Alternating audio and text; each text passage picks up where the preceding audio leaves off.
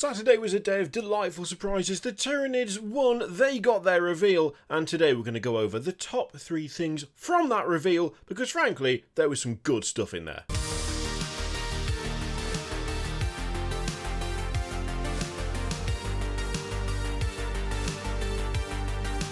Before we get stuck into things, I just want to say hello to brand new YouTube members Barton Farm, Beardo from Quiet Order Gaming, and Zawny2173. If you've not yet checked out the YouTube memberships page, or indeed the Patreon that I've got running, then please do. It's a great way to support the channel, it keeps things running nice and smooth, and I am developing quite the backlog of things, especially for you. Now let's talk about some delicious Tyranid goodness. We did cover the reveals live on Saturday. There is a VOD available if you would prefer to watch the whole thing. That will be linked in the description down below. I warn you now, it has been somewhat chopped up and muted because I got hit with 3 copyright claims on it, which was a real treat on a Saturday. Loved spending quite a bit of Sunday trying to sort that out. It's fine, we've got it sorted, but it's also very annoying. Anyway, there's no need to be negative about all that stuff because really what we had was a fun time on Saturday and we got to see some really good models, some really nice updates that Tyranids have needed for quite a while. The whole range is now feeling really nice and updated and cohesive.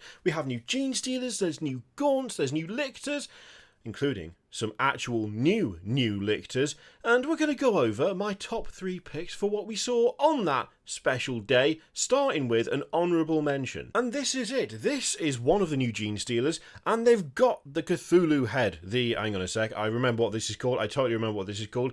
The Umgal. Either way, we've got that head. It's back and it looks better than ever. And the best thing, the absolute best thing about this, and I cannot stress this enough, is that you get enough of these to put one on every single Genestealer. The Genestealer refresh was already decent, but you know what? That is the icing on the cake. That is the cherry on top of the sundae.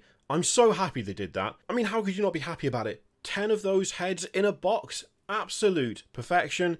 10 out of 10.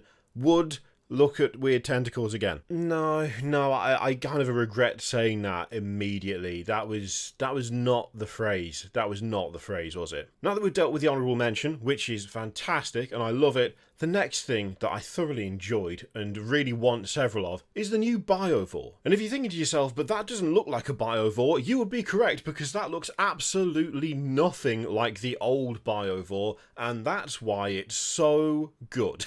Right? This is great. This is a great model. It gives me quite strong like Starship Troopers vibes, but I'm not entirely sure why.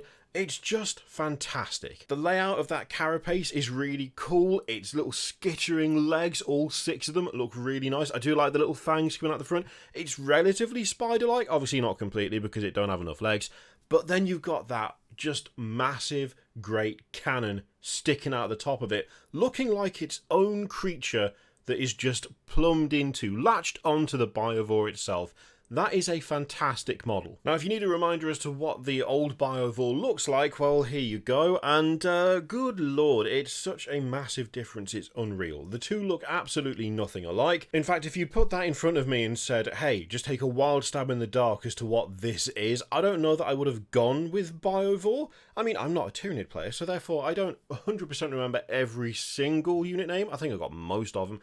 But this one, I would have just assumed it was something brand new because there is such a massive difference between this and the old one. To be totally honest, I'm just amazed that this was still being sold in the first place. I mean, this is still on the Games Workshop site. Like, this was like £30 or something.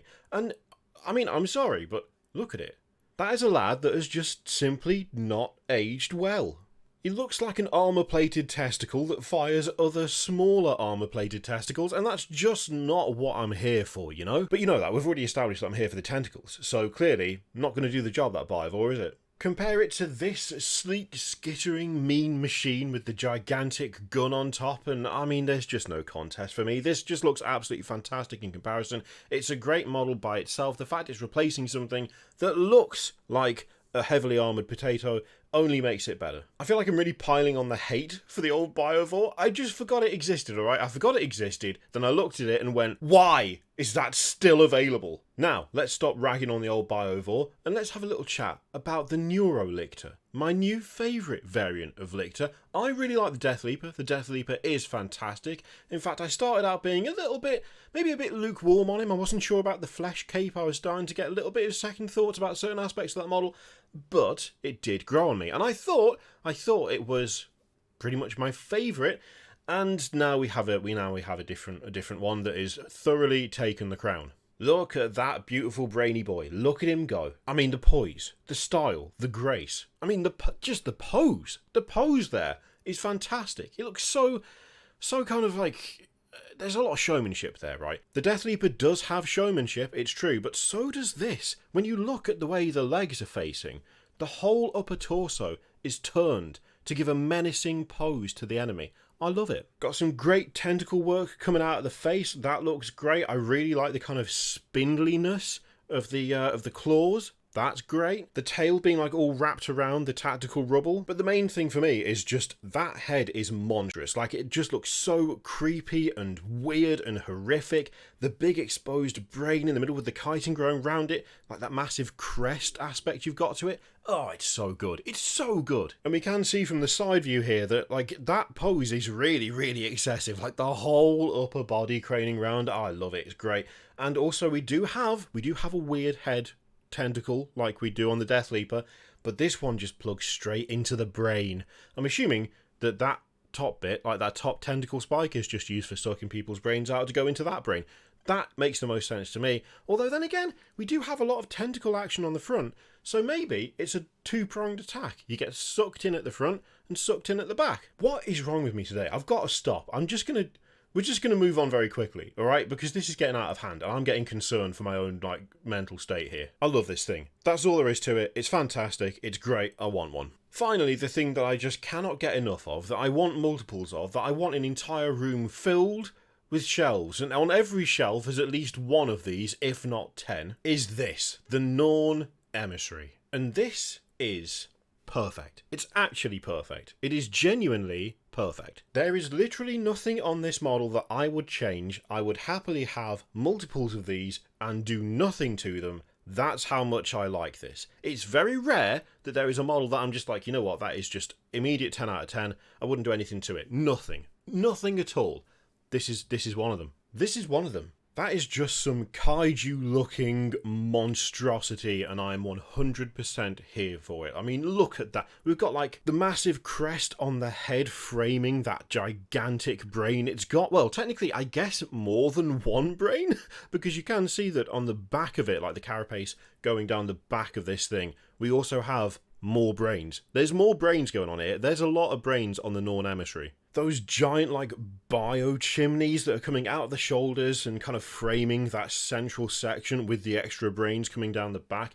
The massive blade sticking out of the head is a perfect touch. It's so aggressive. The claws look fantastic. I like the fact that it's got the extra hands as well. I will say we didn't touch on it much in the stream itself, but I love the base. The base is really cool. There's some really nice kind of scenery bundled in there. This is just hands down one of the most, like, menacing, implacable, inevitable models that Games Workshop's done for my money. This looks like it can do whatever it wants, and there's nothing you can do to stop it. And it also looks like mostly what it wants to do is kill everything and or steal its mind. Just a flat 10 out of 10 model all the way through. We do have extra angles complete with what looks like another weapon option, which is also available on the alternate build for this kit, which I don't like anywhere near as much, but we'll have a quick glance in a second. But it means we get a nice side profile shot of the head, which I just love it. It's so good. The massive extra tentacles coming out from that carapace section on the back of it where all the extra brains are. I mean, it clearly looks like it's a separate organism that is attached to it as opposed to it being part of it. Or at least that's the impression I get. Whether that's true or not doesn't really matter because it looks absolutely phenomenal, so I don't care. The body itself does have a hint of Swarmlord about it, but it looks different and distinct enough that, oh man, I just can't get enough. I just can't get enough of this thing. We do have a nice size comparison shot as well in this article showing it next to a Wraithlord. Initially I thought they said it was like Wraith Knight sized and I got massively excited because that would be immense, but it's not quite that big. But you know what, it's still pretty big, so it's fine.